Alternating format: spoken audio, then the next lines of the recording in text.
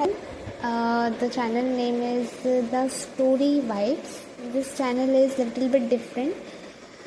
Actually, before some years, this channel was about educational channel, and there are also some educational and some children-related videos. Their books chapters videos, where I explain the chapter in Hindi. But now I am restarting this channel by renaming it, and the new name of this channel is The Story Vibe, and from onwards the new episodes of the stories will be uploaded on this channel. So please do keep have entertainment in your life. Just please kindly watch this full video, and do hit the like button, and also click the bell icon and subscribe this channel. So let's start. So आप लोगों ने काफ़ी drama serials देखे होंगे TV पे, but कुछ चीज़ें ऐसी होती हैं ना कि हमारे पास टाइम नहीं होता कि हर वक्त हम फ़ोन में या फिर टीवी या फिर लैपटॉप लेके कहीं भी अपने मनपसंद फेवरेट सीरियल्स देख सकें. सो क्यों ना अगर वो सीरियल का रिटन फॉर्म हमारे पास हो तो हम उन सीरियल को बहुत ही अच्छे तरीके से देख सकते हैं. तो मेरी स्टोरीज़ भी कुछ ऐसे ही होने वाली हैं जो आपको रिटर्न स्टोरीज़ होंगी. उनमें मेरा वॉइस ओवर होगा बैकग्राउंड से, और आपको रिटर्न में वो स्टोरीज़ देखने को मिलेंगी. उनमें एक्टिंग नहीं होगी, मतलब जो रियल कैरेक्टर्स होते हैं वो ही होंगे, but you will see the story concept and just see something new. तो जो मेरी पहली स्टोरी है उसका नाम है अनएक्सपेक्टेड इश्क. देखिए, इश्क आप लोगों ने सुना भी होगा, किया भी होगा. इश्क के बहुत सारे फॉर्म्स होते हैं, बट ये जो अनएक्सपेक्टेड इश्क है ये मैं इसलिए यूज़ कर रही हूँ क्योंकि ये बहुत ही ज़्यादा अनएक्सपेक्टेड है. दो लोग जो एक दूसरे की पर्सनैलिटी से बिल्कुल ही अलग होते हैं, जिनकी पर्सनैलिटी बहुत ज़्यादा अलग होती है, वो एक दूसरे से कैसे कनेक्ट होते हैं, कैसे मिलते हैं और उनके बीच का रिश्ता बनता है, वो हम इस ड्रामा स्टोरी में देखने वाले हैं. तो ये जो स्टोरी का फर्स्ट एपिसोड है, बाकी एपिसोड्स धीरे धीरे अपलोड होते रहेंगे. सो प्लीज़ चैनल तो स्टार्ट करते हैं.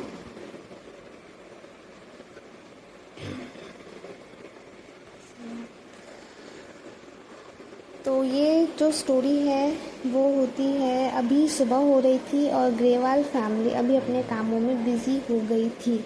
कुछ यहाँ पे ग्रामेटिकल मिस्टेक्स हैं, कुछ नेम को लेके भी मिस्टेक हैं, कैरेक्टर को लेके, मतलब नाम कुछ और है, लिखा कुछ और है, बट जो मैं नाम बोलूँगी वही नाम है. तो जो रिटर्न में होगा काइंडली उसको प्लीज़ इग्नोर करिएगा. वो स्क्रीन का कुछ वो हो गया, इस वजह से नाम में वो हो गया है. सो मिसेस ग्रेवाल यानी सुनीता ग्रेवाल अपनी मेड को डांटते हुए, अरे जल्दी कर खुत्ती, सबका टाइम हो गया और तू अभी भी धीरे धीरे हाथ चला रही है. अरे तेरी उम्र में तो मैं सारा काम यूँ कर लेती थी. मेड, हाँ जी मम्मी, लेकिन मैं आपकी उम्र की नहीं हूँ ना, इसलिए मुझे नहीं पता. तो ग्रेवाल फैमिली, आप लोगों को पता होगा कि ग्रेवाल कौन होते हैं. वो पंजाबी होते हैं और ये स्टोरी बेसिकली एक पंजाबी फैमिली की है. तो ग्रेवाल फैमिली जो है वो, उसमें एक ओल्ड लेडी होती हैं जो अपनी मेड को डांट रही होती है. उसके बाद, अरे चुप हो जा, तुझे पता नहीं, अगर वो आ गया तो तूफान हो जाएगा, इसलिए मुंह बने हैं, चुपचाप जल्दी हाथ चला. और उसके ही पीछे से एक और आवाज़ आती है, और वो आवाज़ होती है उस घर के छोटे बेटे की. तो वो मेड की तरफ इशारा करते हुए कहता है, नीलू दीदी आज आपको काम करने की कोई ज़रूरत नहीं, आप चिल मारो. मम्मी तो ऐसे बोलती रहती है, और इशारे में कहता है कि मम्मी तो ओल्ड हो चुकी है. मिसेस सुनीता यानी मिसेस ग्रेवाल ये सारी बातें सुन रही होती है, और तभी उनको अचानक से गुस्सा आ जाता है. और फिर वो कहते हैं, ओए तुमने ओल्ड किसको बोला? ओल्ड होगा तू, तेरी माँ. तो रोहित कहता है मेरी माँ तो आप ही हो. तो मिसेस सुनीता कहती है, नहीं मैं ओल्ड नहीं हूँ, अभी तो मैं जवान हूँ, खबरदार तुम मेरे पे ओल्ड लगाओ. ओल्ड बोला तो तुमने, और तू हंस क्या रही है, चुपचाप अपना काम कर. नीलू बेचारी अपना काम चुपचाप करने लग जाती है. और उसके बाद मिसेस सुनीता अपने बेटी से कहती है कि आज, अपने बेटे से कहती है, सॉरी यहाँ पे बेटा आना चाहिए था, कि आज तुझे कॉलेज जाने में देरी नहीं हो रही है. तो वो कहता है, अरे मम्मी क्या करना है, लास्ट ईयर है. आराम से निकालने दो ना। तो कहती है वाह सही है बेटा तेरा। उसके बाद पीछे से एक और आवाज़ आती है। वो आवाज़ सुन के सबका मुंह बंद हो जाता है और सबके दिलों की धड़कन तेज तेज धड़कने लगती है,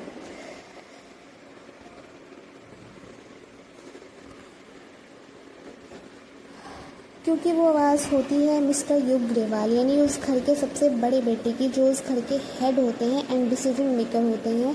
तो वो कहते हैं अरे मम्मी, इसको समझाने का कोई फ़ायदा नहीं है, ये वही करेगा जो उसका मन करेगा, बस एक बार ये साल निकालने दो, फिर अगले साल से इसको तो मैं बताता हूँ। इतना कहकर मिस्टर युग अपनी चेयर पर बैठ जाते हैं। ऐसे ही तो रोहित बाद में शॉक हो जाता है और मन ही मन सोचता है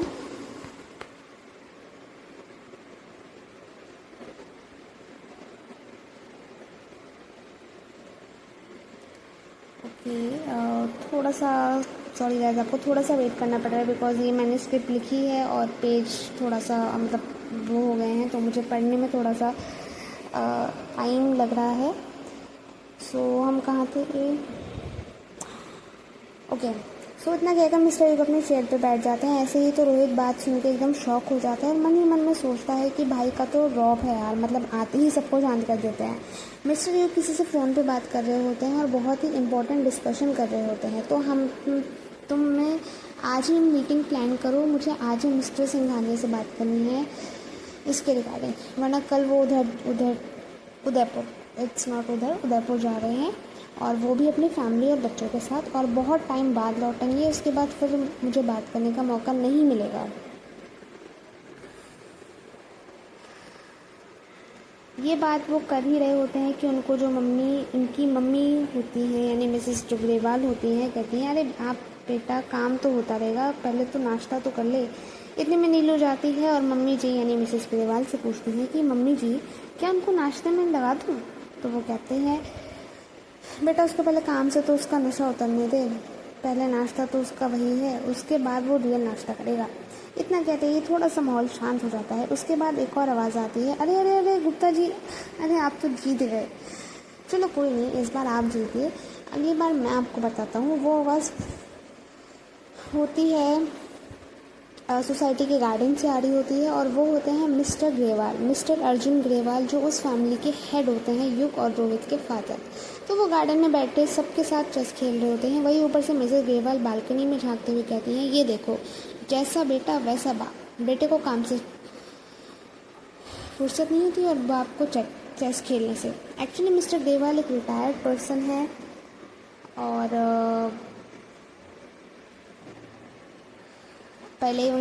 युग से पहले बिज़नेस का काम वही देखते थे, पर अब युग देखता है। उसके बाद इतना कहती है मिसेस सुनीता वापस ड्राइंग रूम में आ जाती है, तो वहाँ पे युग कहता है अरे मम्मी पापा का नशा नहीं उतरने वाला, आप आ जाओ, आप मेरे को नाश्ता दो वरना मैं निकलता हूँ। तो वो फटाफट से उसके लिए नाश्ता ले जाती है। वो नाश्ता करता है और नाश्ता करते करते नीलू से, जो उनकी मेड होती है, उनके हाथ से चाय गिर जाती है और युग उस पर चिल्लाने ही वाला होता है कि मिसेस सुनीता कहती है रुक रुक रुक, उसकी ज़रूरत नहीं है चिल्लाने की, एक्चुअली आज इसका व्रत है। तो युग कहता है कैसा व्रत? डांट ना खाने का व्रत?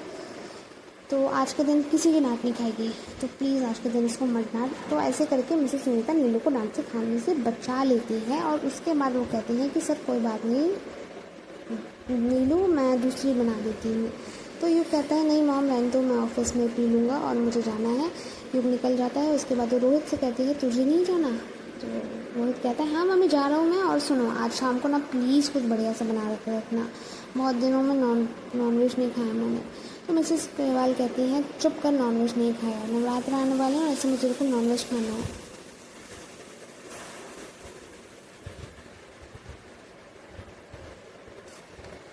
उसके बाद मम्मी तो रोहित कहता है आप जाए यहाँ से। तो कहता है जमाएंगे तो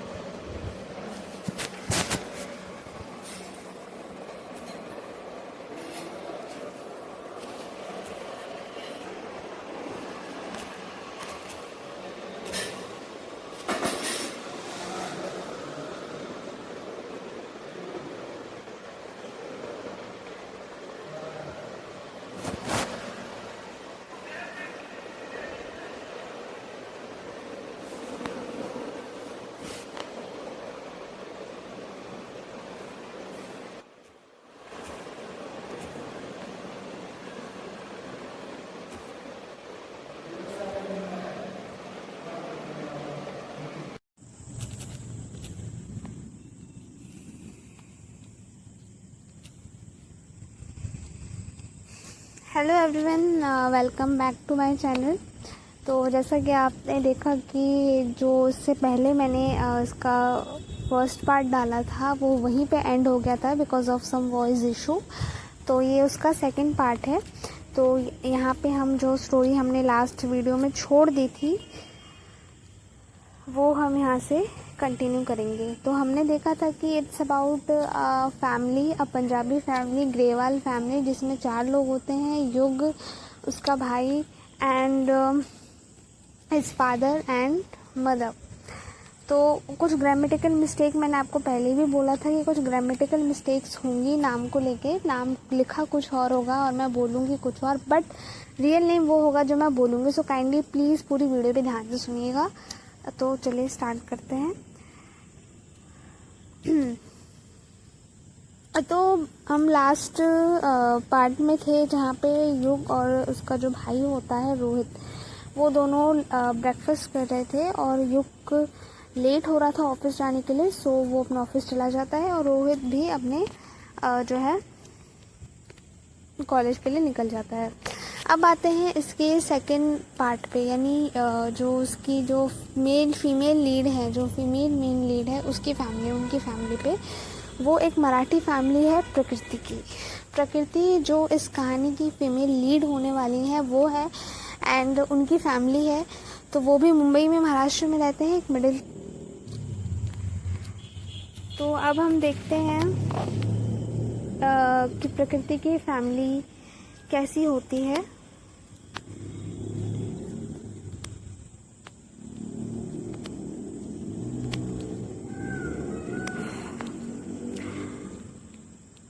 तो अपना कहते हैं वो रूम में चली जाती है। सुनीता जी, वर्षा जी जो होती हैं वो उनकी मम्मी होती हैं। तो मिसेस वर्षा कहती हैं कि प्रिया जो उनकी छोटी बेटी होती है उसको उठाती हैं। अब तो सुबह हो गई, अब कब तक सोगी तू, कितना सोगी, ये लड़की कभी नहीं सुधर सकती। इतना कहते वो उनके रूम में चली जाती है और प्रिया के ऊपर जो कंबल होता है उसको हटाती है। कहती है, गुस्से में कहती है, ये मेरी दूसरी औलाद है, पता नहीं ये कब सुधरेगी, कब इसको अकल आएगी कि दुनिया में और भी चीज़ें होती हैं। इसकी बड़ी बहन को देखो कितनी बड़ी है इससे, और वो सुबह 6 बजे से उठ के अपने सारे काम में लगी हुई है। सारा काम उसने पूरा कर लिया है और ये अभी तक सो रही है और ऑफिस के लिए रेडी भी हो गई इंटरव्यू के लिए, और तू अभी तक सो रही है। प्रिया कहती है, मम्मी दीदी और मुझ में बहुत फ़र्क है, वो मुझसे 3 साल बड़ी है, मतलब मैं बच्ची हूँ ना।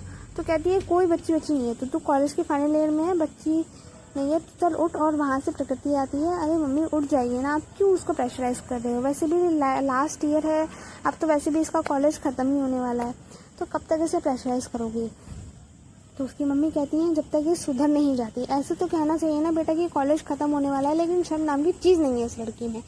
कितने लाड नाजों से पली और कैसे बड़ी हुई, इतना कह के प्रिया को चढ़ाने की कोशिश करती है। मतलब एक तरीके से कहती है कि घर की, ऑब्वियसली घर की छोटी बेटी है तो बहुत ज़्यादा उसके अंदर लाड है, बहुत ज़्यादा उसके नखरे हैं, तो वही बताने की वो कोशिश करी है। तो उसकी मम्मी कहती है, मुझे नहीं पता, 10 मिनट के अंदर मुझे दोनों के दोनों हॉल में चाहिए, खाने की टेबल के पास। तो प्रिया कहती है, तो उनके जाने के बाद प्रकृति प्रिया से कहते हैं, चल अब उठ जा, मैंने मम्मी के सामने तेरी बहुत फाइल ले ली लेकिन बार बार नहीं लूँगी। तो प्रिया कहती है, अरे दीदी आपको पता है ना, आपके होते हुए मुझे किस चीज़ की टेंशन नहीं है। इतना कह के वो प्रकृति को प्यार से हक कर लेती है और कहती है, वैसे दीदी अगर कल को आपकी शादी हो गई तब मैं आपको ऐसा नहीं कर पाऊंगी। इस टाइम में प्रकृति थोड़ा सा इमोशनल हो जाती है, जो इतने में प्रकृति अपने आप को थोड़ा और ग्लो अप करती है। मतलब प्रकृति कहती है कि फालतू की बातें मत कर और तैयार हो जा। इतने में प्रकृति और रेडी हो जाती है, कान में हेडफोन्स, एकदम अलग ही style, crop top, green sneakers के साथ एक अलग ही लोग उसको, और फ़ोन पे किसी से बात कर रही होती है प्रिया। पहले प्रकृति रेडी होती है, फिर प्रिया रेडी होती है, फिर उसकी माँ कहती है, ये लड़की का फ़ोन इस वक्त भी नहीं छूट सकता। तो प्रिया कहती है, मॉम ठीक है, मैं बड़ी हो गई हूँ, 21 साल की हूँ। तो ये उसकी माँ कहती है, बेटा कितनी भी हो, कितनी की भी, मेरे छोटे और बदतमीज़ मेले तो वही रहेगी, और फ़ोन रखो चुपचाप खाना का। तो पूरी फैमिली खाना खा लेती है, और उसके बाद जो उनके फादर होते हैं, मिस्टर फादर होते हैं, वो एक गवर्नमेंट कॉलेज के प्रोफेसर होते हैं, वो कहते हैं कि बेटा अगर तुम्हारा नाश्ता हो गया हो तो चलो मैं तुम्हें छोड़ देता हूँ, वैसे भी आज तुम्हारा इंटरव्यू का पहला दिन है। तो प्रिया कहती है प्रकृति कहती है नहीं मैं चली जाऊँगी। तो वो कहते हैं चलो मुझे रास्ते में वहाँ से कुछ काम भी है तो मैं वो भी कर लूँगा।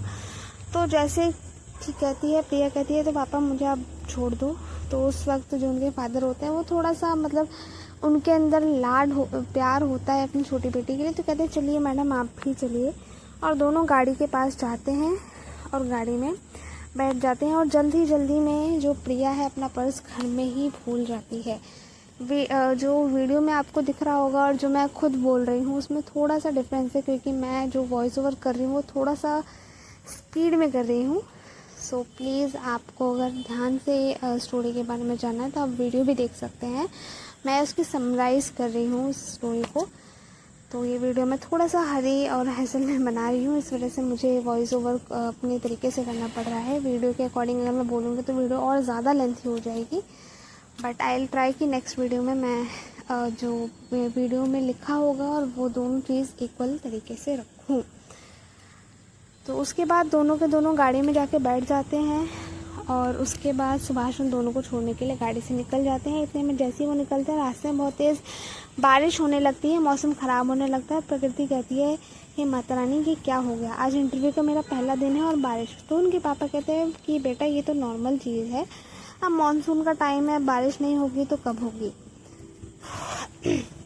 बारिश से कुछ भी नहीं होगा, डोंट वरी, तुम घबराना मत और बिल्कुल कॉन्फिडेंस से इंटरव्यू देना। प्रकृति कहती है जी पापा। प्रिया कहती है अरे पापा आप बिल्कुल किसको समझा रहे हो, मुझे पता है दीदी आज का इंटरव्यू क्रैक ज़रूर करके आएंगी। तो प्रकृति थोड़ा सा घबराई हुई होती है, उसे डर लग रहा होता है कि पता नहीं क्या होगा। तो इस तरीके से बीच रास्ते में मिस्टर सुभाष को एक अर्जेंट कॉल आ जाता है। उसे कॉल में जो उनके कलीग मिस्टर अनिल होते हैं वो उनसे कहते हैं कि सुभाष जी आप कहाँ रह गए, तो मुझे कुछ काम था। तो सुभाष जी कहते हैं मैं ज़रा दोनों बच्चों को उनको ऑफिस और कॉलेज को छोड़ने आने वाला था। तो मिस्टर अनिल कहते हैं कि आपको पता है ना कि आज सभी टीचर्स की एक मीटिंग है।